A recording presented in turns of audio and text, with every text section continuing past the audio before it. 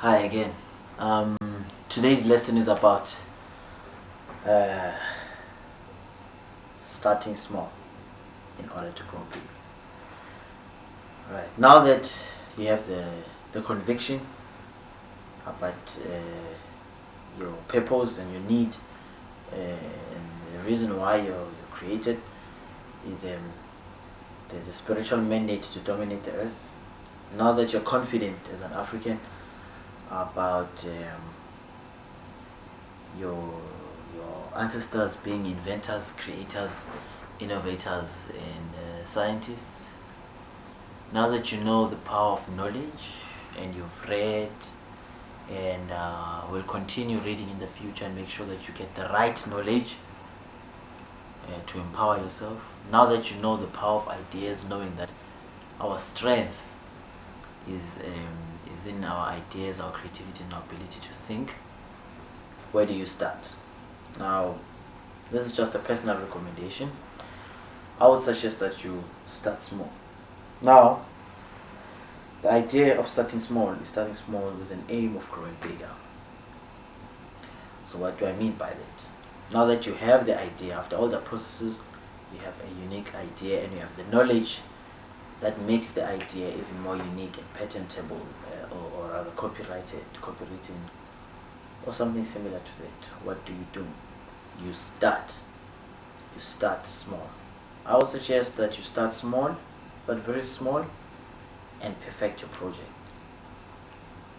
I would compare this to an artist who has a song in his mind, or an artist who has a drawing in his mind, an artist who has a book in his mind, or an inventor who has this concept. You start with a prototype, your demo tape. Not even your demo tape. I wouldn't call it a demo tape. I'd say you start by writing the song down. You start by humming the lyrics. That's what I mean by start small. You will start by humming the lyrics until you understand them, till they're audible. You start very small by recording those lyrics maybe on a small tape. That's what demo tape. From a demo tape, you will grow from that aspect into taking it even further, and if your concept will need professional artists to perform it, then you get a professional artist. If you can perform it yourself, you can perform it yourself. You then book a studio, you record, you take your stuff, your demo, your tape, you take it, you copyright the tape, and then you find various business methods to implement your strategy using networking with powerful people, networking with powerful corporations. This doesn't just end at the musical arena. Anything that has to do with intellectual property is just anything in a form of anything that is in a form of an idea, or rather a concept, or things like graphics, music. Something that is abstract is called intellectual property. So it's property that you really can't touch. That also includes ideas under the field of science and technology. Just a word of encouragement: you can always have enough knowledge about whatever product, even if it's in science and technology. If you can't get the knowledge from the internet on how to do it, you can always get a textbook. If you can't, you can always get a partner, or rather a consultant, who will know the best ways to implement that. For example, if my idea is mechanically based, I can always go to a machine design company. After legal protection, though, which is very important, those are some of the places where you need to spend your money in legally protecting your product. So after legal protection, it's very important to find the right people who will assist you in implementing your idea. If your idea, for example, includes a website, you can always find a web designer, or you can always find a company that you can pay. It will need resources. I would suggest that if you can get a dead-end job that can, for a short while, fund your project to a point where your project can walk on its own, And then after your project can walk on its own, you then you start licensing it to other people. So basically, you will then start a project with the salary you get from a dead-end job. That you copyright your project with your money.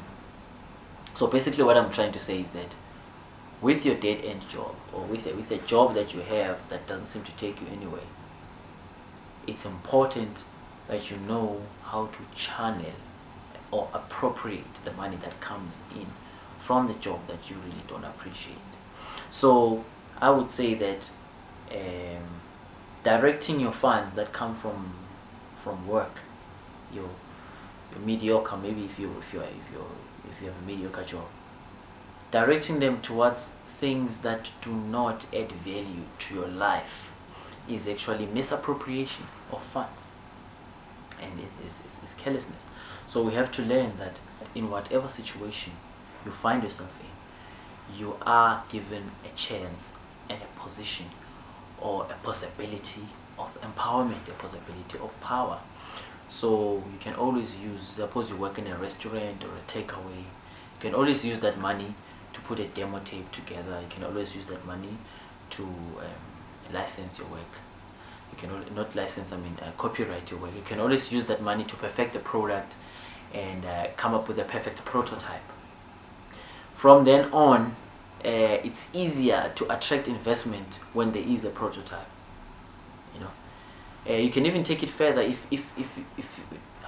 you've tried hard and have not attracted investment yet. You can still attract investment by pushing your idea into a market and finding ways of marketing your idea professionally. In other words, you will use the money from your job to pay a marketing consultancy.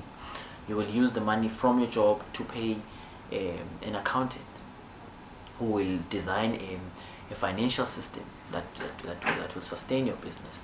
You will pay somebody to manage your business from your mediocre job, or your idea, your concept. You will pay somebody to have all the other services that are needed, whatever services that are needed, packaging, you name it.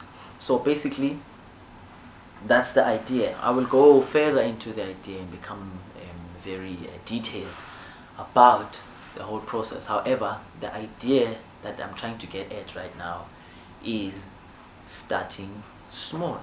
That you can always start small and you use whatever little resources you have to grow your ideas, because it will be difficult to attract investment if your idea is not at a certain stage of maturity. So you have to understand the power of investing your own money into a project at a start, and then later on, if you want to use other people's monies, you can. But normally people will not invest, because you have to understand that money attracts money. So people will not invest and put their monies in a project that is that is not attractive, that does not say that I am attractive or I am a worthy investment. And the best way to make that is to sow money into it, and then it will reap money. Till we meet next time, cheerio.